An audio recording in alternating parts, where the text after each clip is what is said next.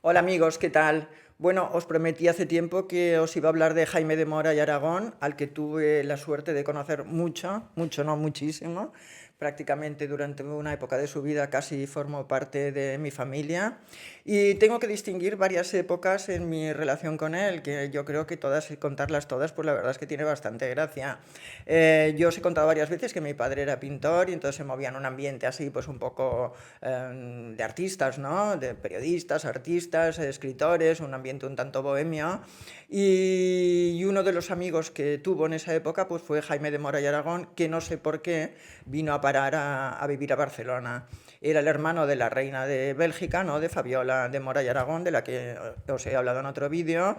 Era una persona famosísima porque era una persona muy peculiar, ¿no? Era el hermano golfo, por decirlo de alguna manera, de la reina Fabiola, que era una señora muy seria. Pues él era la oveja negra de la familia, se contaban múltiples leyendas de él, tenía la entrada prohibida en Bélgica, o sea, él llegaba a la frontera y no lo dejaban pasar, había hecho, bueno, había vendido unos diarios de su hermana, le había grabado un disco, era una persona polifacética en aquella España que era una España bastante primitiva, porque eso estoy hablando pues de los principios de los años 60, del año 64, 65, yo debía tener 13 o 14 años, y entonces, pues mi padre se hizo tan amigo de él que incluso algunas temporadas él y su mujer Margaret, estuvieron durmiendo, viviendo en mi casa.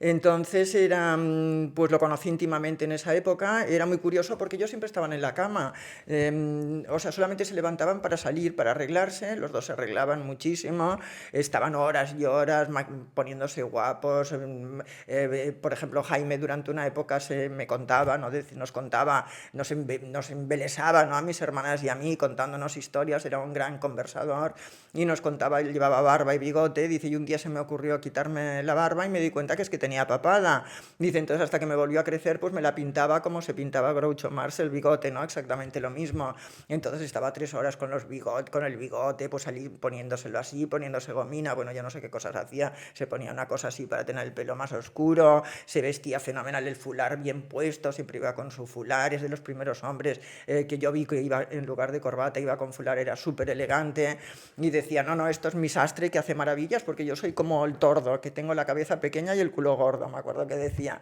y mi sastre, que era Pajares, que era un sastre muy bueno de Madrid, pues le hacía, dice, hace milagros con mi figura, y ella, bueno, que os contaré de ella, Margaret, su mujer, era una sueca impresionante, alta, era guapa como una artista de cine, era muy inocente además, tenía un encanto, un enorme encanto en el rostro, era elegantísima además, era una pareja que, bueno, que te hacían, que cuando si los vieras por la calle, pues te hacían, te llamaban la atención, ¿no? Se convirtieron como una pareja de moda de Barcelona, porque él empezó a actuar en un pequeño local, que él tocaba el piano muy bien, era autodidacta, además había tenido una profesora de pequeña, pero luego se había espabilado él, porque él era inteligentísimo, ¿eh? Él era de una familia muy bien de Madrid, los condes de Casarriera, pero era la típica oveja negra, se había escapado de todos los colegios, le habían puesto interno en Le Rosé de Suiza, en los mejores colegios, lo expulsaron del liceo francés de Madrid, vamos, le había dado unos disgustos tremendos a sus padres, se escapaba, se lo encontraba vagando por Madrid, se había ido, a los 17 años su padre le descubrió que tenía una querida, ¿no? Y él me contaba, bueno, y era una chica que a mí me parecía mayor, pero tenía 28 años, figúrate, dice, y entonces me expulsó de casa y me fui a vivir a la pensión de la Cruz Verde, que tú con este nombre, figúrate cómo era la pensión esta de Madrid, ¿no? Entonces contaba, te embelesaba con todas estas aventuras, ¿no? Había hecho de taxista en Madrid, sus padres no le pasaban ni un duro, o sea, realmente se había tenido que espabilar, y él siempre decía, a mí que no me es igual, que me falte todo, pero yo trabajaré para que a Margit no le falte nunca ni una crema buena, ni buena ropa, ni buen calzado, ni buenos coches, yo quiero tenerla a ella como una reina. Y realmente, bueno, cuando esos días que estuvieron en casa, que fueron, me parece, un par de semanas en Barcelona, luego también estuvieron en nuestra casa de Sitges, pues enseguida se apoderó, bueno, era una casa familiar con un cuarto de baño para toda la familia, ¿no? Y se apoderó enseguida sus cremas de todo nuestro cuarto de baño, yo eso lo recuerdo perfectamente, que hizo un despliegue ahí, que mi madre su cremita, a lo mejor de Nivea que tenía, la tuvo que apartar, y realmente tenía tenía un despliegue fabuloso, iba vestida magnífica, llevaban el mejor coche de Barcelona, no me acuerdo qué marca era, creo que era un Jaguar, bueno, no me acuerdo, pero era un coche que llamaba mucho la atención. Y yo una vez fui de compras con ella y con mi madre por Barcelona, porque ellos se levantaban, como os dije antes, estaban siempre en la cama, hablaban desde la cama, les llevaban el teléfono a la cama, no era un teléfono inalámbrico, pero tenía un cordón, ¿no? Y hablaban desde la cama, o sea, todo lo hacían desde la cama, siempre estaban, lo primero que hacían era acostarse cuando llegaban a casa. Y una vez, bueno, ella se levantó y su actividad principal era pues ir de compras, ¿no? Iba de compras con mi madre. Y entonces iban a las mejores, entonces era cuando estaba de moda la calle Tuset, que había todas unas tiendas modernas en la calle Tuset, y ya empezaba por la de abajo y seguía hasta la de arriba. Y entonces se hacía sacar los mejores trajes, se hacía pasear y tal, pero bueno, claro, luego pues, a ver, no tenían dinero, esto también tengo que hablarlo sinceramente, ¿no? Ella iba vestida fabulosa, pero por ejemplo siempre iba con los mismos zapatos. Por ejemplo, una cosa que me llamó la atención, aquella niña fascinada, ¿no? Por esta pareja que tenía, pues yo no sé qué edad tenía, 13 o 14 años, y estaba fascinada con ella, y entonces iba siempre con unos trajes última moda, unos monos de seda, me acuerdo, estampados, increíbles y tal, pero solamente tenía un par de zapatos, que además eran unos zapatos que llevaban una hebilla, ahora pensándolo, igual eran de Gucci, bueno, debía ser alguna marca conocida, yo en aquella época no lo sabía, y una de las hebillas estaba suelta y bailaba, y entonces siempre me acordaré de esos 15 días que estuvieron en casa, que esa hebilla no se arregló nunca, y cuando caminaba ella, que caminaba como una reina, porque tenía una facha impresionante, la hebilla esa del zapato, como para recordarte, oye, que no somos ricos, iba esa hebilla bailando siempre en el zapato. Entonces íbamos a comprar, yo iba con mi madre, bueno, entraba en esa tarde que fui con ellas, claro, y cuando entraba en una tienda, todo el mundo, ¡ay, la mujer de Jaime de Mora y Aragón! ¡Ay, la mujer de Jaime de Mora y Aragón! Y bueno, y cuando entraba en las tiendas, pues decía, pues quiero esto, quiero lo otro, este de 4 colores, de 4 de esto y tal, y a la hora de pagar, pues ella decía, bueno, ya pasaré, o ya pasará Pilar, que era mi madre se llamaba como yo, ya pasará Pilar a pagar. Bueno, mis padres, pues, hombre, tampoco podían hacer cargo de estos gastos, y al final mi madre, cuando ella decía de ir a comprar, pues decía, ay, no, que me duele la cabeza, que no, hoy no me va bien, tengo que estar con las niñas, o lo que sea y tal, y empezó, bueno, ya dejó, pues, de acompañarlos, pero bueno, que sepáis que esos días fueron unos días que era como una fiesta, ¿no? Porque realmente yo ya estaba deseando llegar del colegio para hablar, para oírlos, ¿no? No es que hablaran con nosotros, pero oírlos hablar ya para mí era fascinante. Y luego cogieron un local en Sitges, en los bajos de la piscina María Teresa, ¿no? En el Club de Mar de Sitges, se llamó El Nido de Arte, ahí estaban cuadros de mi padre, por ejemplo, y tocaba el piano, él tocaba el piano maravillosamente, él trabajaba como un negro, siempre lo decía, es que la gente no lo sabe, pero es que yo trabajo como un negro, porque no tengo ningún otro ingreso que no sea mi trabajo, él siempre iba con una boquilla, ¿no? La boquilla en la boca, lo recordaré siempre, así con la boquilla en la boca, el cigarrillo, tocando el piano, y entonces, bueno, yo ya empezaba a salir con chicos y iba a veces ahí chuleaba, decía, mi amigo de mi padre ha estado en mi casa y tal y cual, y la verdad es que era una persona encantadora. Bueno, dejé de verlo, se fueron a vivir a Marbella, perdón. Mis padres sí que fueron alguna vez a Marbella a verlos, ¿no? Pero la verdad es que yo pues ya seguí mi vida, estudié la carrera, me hice periodista, pasaron los años y luego pues empecé a trabajar en la revista Interview a finales de los 70, principios de los 80, y entonces en Interview se inventaron una cosa que era que en verano desplazaban a sus periodistas a diferentes puntos de España durante el verano a hacer el verano como le llamábamos nosotros. Nos íbamos a finales de junio y estábamos hasta septiembre. Entonces a mí me tocó Marbella, que Marbella en ese momento pues era un lugar que empezaba a ser la meca, ¿no? Del turismo de todo el mundo, donde iban actores, Deborah Kerr, Sean Connery, Príncipe Alfonso de Joy. Mira, era esto, ¿ves? Yo no sé si se ve. Le llamamos Super Verano en Interview. Aquí éramos todas las... Esta soy yo, la única chica, por cierto. Aquí éramos todos los que nos desplazábamos a Ibiza y luego a Marbella, ¿no? Y entonces, esta carpeta, por cierto, esta carpeta que tengo aquí, que me la he traído de Barcelona, Bueno, vosotros no sabéis qué entrevistas tengo aquí. Alfonso de Joveloe, Duquesa de Sevilla, Jaime de Mora, Duquesa de Feria, Pitita Redruejo, Regín, Gunila, equipo interview, columnas. Bueno, aquí hay de todo que os lo iré contando este verano todo porque todo es muy divertido.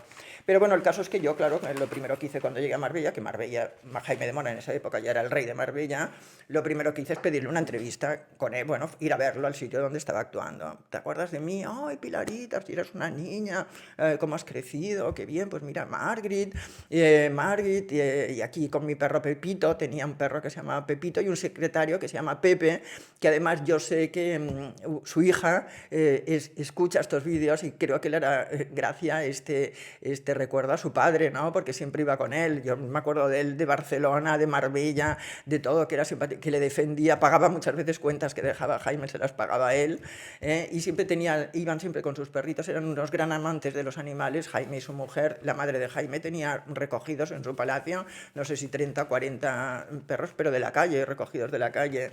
Y entonces él, bueno, y entonces quedé con él para hacerle una entrevista y él me dijo, bueno, pues vente a casa y me haces una... Le hice varias, o sea, no sé, ahora no sé por qué he encontrado solamente esta. Le hice otra que las fotos... Ah, mira, de esta del príncipe Alfonso de Joveloe. Que dice, no tengo un duro al príncipe de Joveloe. Esta es muy buena, esta entrevista, ya hablaré otro día de ella. Bueno, no sé. Ahora he encontrado esta, que se llama Jaime de Mora y el amor. He hecho el amor con monóculo, porque él siempre iba con monóculo. Mira cómo iba vestido, con la cadenota de oro, con la americana y tal y cual. Bueno, el caso es que primero fui a su casa, estuvimos hablando en su casa, él en la cama, evidentemente. Ah, sí, mira, la foto sale en la cama. Bueno, lo tengo... Ah, mira, bueno, me sabe mal por este lío de papeles, pero bueno, la entrevista, toda la entrevista la hicimos en la cama, él estirado en la cama, ¿no? Y además fue muy bueno porque cuando llegué dijo, oye, Pilar, no te... Iba yo con Fernando Avizanda, que era el fotógrafo que me acompañaba en esa época.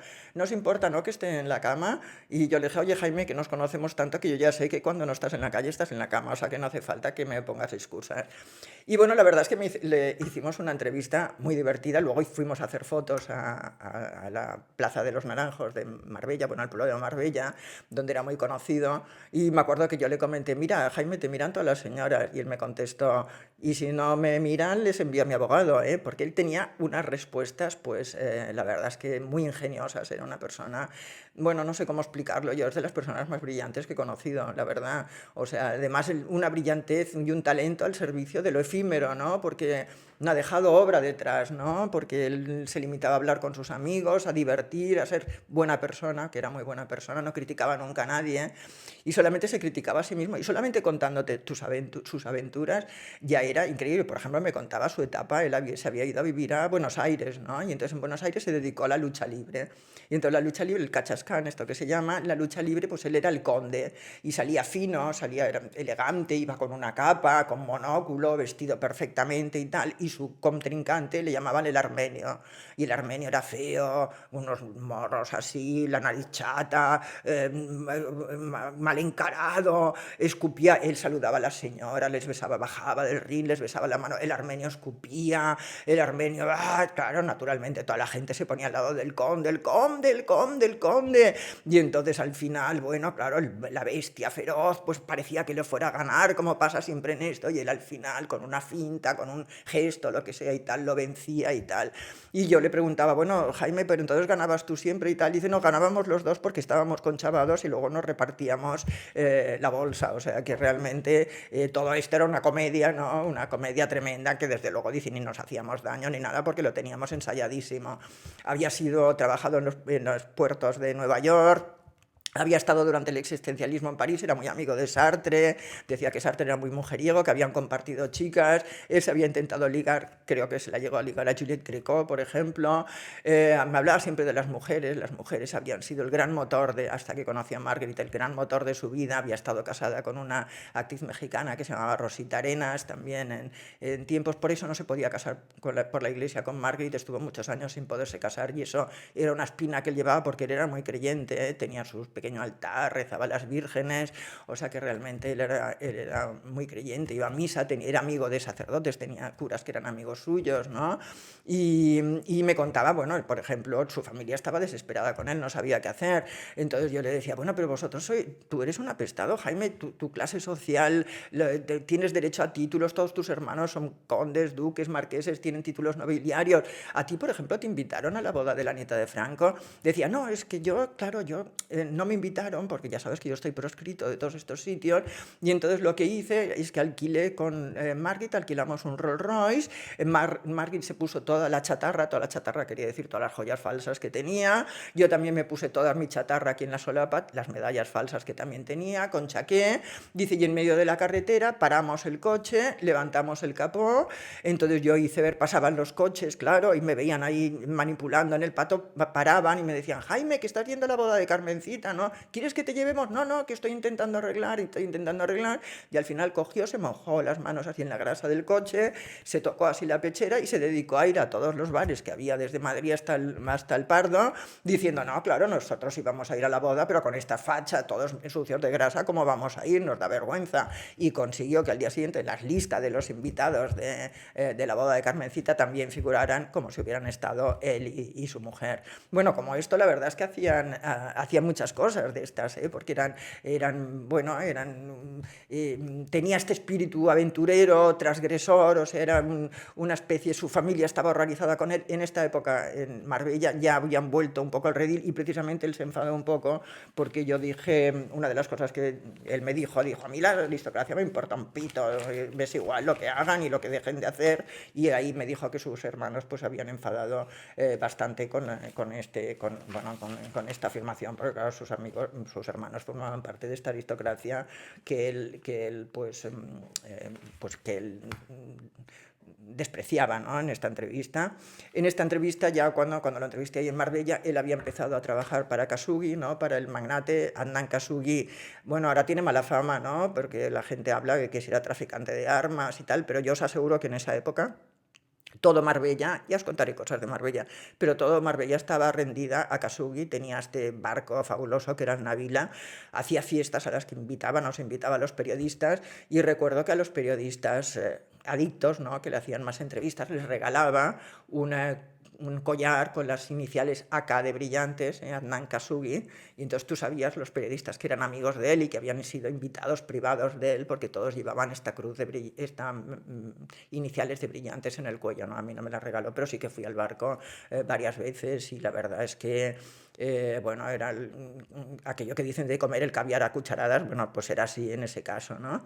Y entonces me contó que él había conseguido llegar a trabajar con Khashoggi, dice que un día estaba jugando al billar, otra de las cosas que hacía maravillosamente, que estaba jugando al billar con Khashoggi, y que entonces le dijo, me gustaría que Khashoggi llevaba una pluma, un sombrero tirolés con una pluma, ¿no? Como se llevaba en aquella época, y que Jaime de Mora, que siempre el pobre, claro, él vivía de tocar en los locales por la noche, pero bueno, se iba haciendo mayor, y esto de estar hasta las 4, las 5 de la mañana, él no bebía alcohol además, ni se drogaba, bueno, al menos que yo supiera, pero alcohol apenas bebía, o sea que estar aguantando hasta las 4 y las 5 de la mañana despierto tocando el piano era duro, y más para una persona que ya iba cumpliendo años.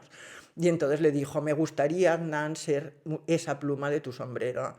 Y que él dijo, ¿quieres ser mi hombre en España, en Marbella? Y Jaime dijo, pues sí, por supuesto. Dice, pues a partir de ahora te contrato y eres mi hombre en Marbella. Y entonces yo le pregunté, cuando pasaba, por cierto, Khashoggi con el avión, que tenía un avión privado que iba de Puerto Banús a su casa, Jaime siempre decía, mira, ahí está volando mi señorito. Y entonces yo le dije, bueno, ¿en qué consiste esto de ser el nombre de Khashoggi en Marbella? Dice, bueno, pues yo le aconsejo, bueno, en principio le tenía que hacer como consejos de inversión. Digo, pero tú de eso tampoco entiendes mucho, ¿no? Dice, bueno, yo de lo que sí entiendo mucho es de personas. Dice, y entonces cuando va a hacer algún negocio o se va a encontrar con alguien, siempre voy con él, me lleva con él, estoy callado, yo no digo nada, solo observo, me presenta, nadie sabe muy bien qué pinto yo en esas grandes reuniones, ¿no? Pero luego siempre le digo, mira, este intentaba engañarte, este te estaba mintiendo, no, este te decía la verdad. ¿Ves aquel que estaba callado en un rincón que no decía nada? Pues era ese el que realmente, el responsable y el que realmente mandaba. Todos los demás iban a un gesto suyo, iban haciendo, eran marionetas de ese que era el realmente importante. Decía, yo me daba cuenta de todo y mis consejos la verdad es que le servían de mucho. Como te lo contaba todo, me contó lo que ganó en esa época, que eran 2.000, que ganaba $2.000 al mes, que era bastante. Y, y, la verdad es que entró en esa época, pues entró en bueno, entró en unos años pues más apacibles, ¿no? Con su mujer. Él estaba loco con su mujer, decía yo, lo único que pido a la vida es morirme antes de Margaret, ¿no? Porque yo no podría vivir sin ella, esto me lo dijo en esta entrevista. Dice, me gustaría morir antes, lo único que pido. Dice, no quiero, no tengo grandes deseos en la vida, ya no tengo grandes aficiones en la vida. Recuerdo que después esto de Kasugi debió pararse, bueno, debió cambiar o debió prescindir de sus servicios, porque yo cuando ya trabajaba en la máquina de la verdad en Madrid, recuerdo que vinieron a que les hicieran una máquina de la verdad, que entonces pues necesitaban ese dinero, el dinero que se pagaba entonces bastante bien en televisión. Los vi ya mayores, ¿no? O sea, los vi ya con una vida más modesta. Y luego él murió en 1995, o sea, cumplió su deseo de morir antes que su mujer. Y entonces él, recuerdo que me dijo, cuando yo le pregunté, ¿qué te parece la muerte? Bueno, si tienes miedo a la muerte. Y él me dijo, no me da miedo a la muerte, solo quiero que sea bella. Quiero que mi tumba esté en un cementerio al lado del mar y quiero tener un hermoso epitafio. Y yo le dije, ¿qué te gustaría que pusieran en tu tumba? No sé si lo han puesto, ¿no? Pero él me dijo el epitafio que quería que pusieran en su tumba. Fue simplemente un libro blanco con una leyenda negra. Y a mí este epitafio de Jaime de Mora y Aragón me parece precioso. Y no sé, a lo mejor también pido que lo pongan en mi tumba, que espero que sea dentro de muchos años. Y aquí estaremos, todo este tiempo. Bueno, espero que os hayan divertido las aventuras de Jaime de Mora y Aragón. Tiene muchísimas más. Haré otro vídeo porque seguro que me he olvidado muchísimas, pero hoy os quería dejar este pequeño recuerdo de él. Un beso para todos.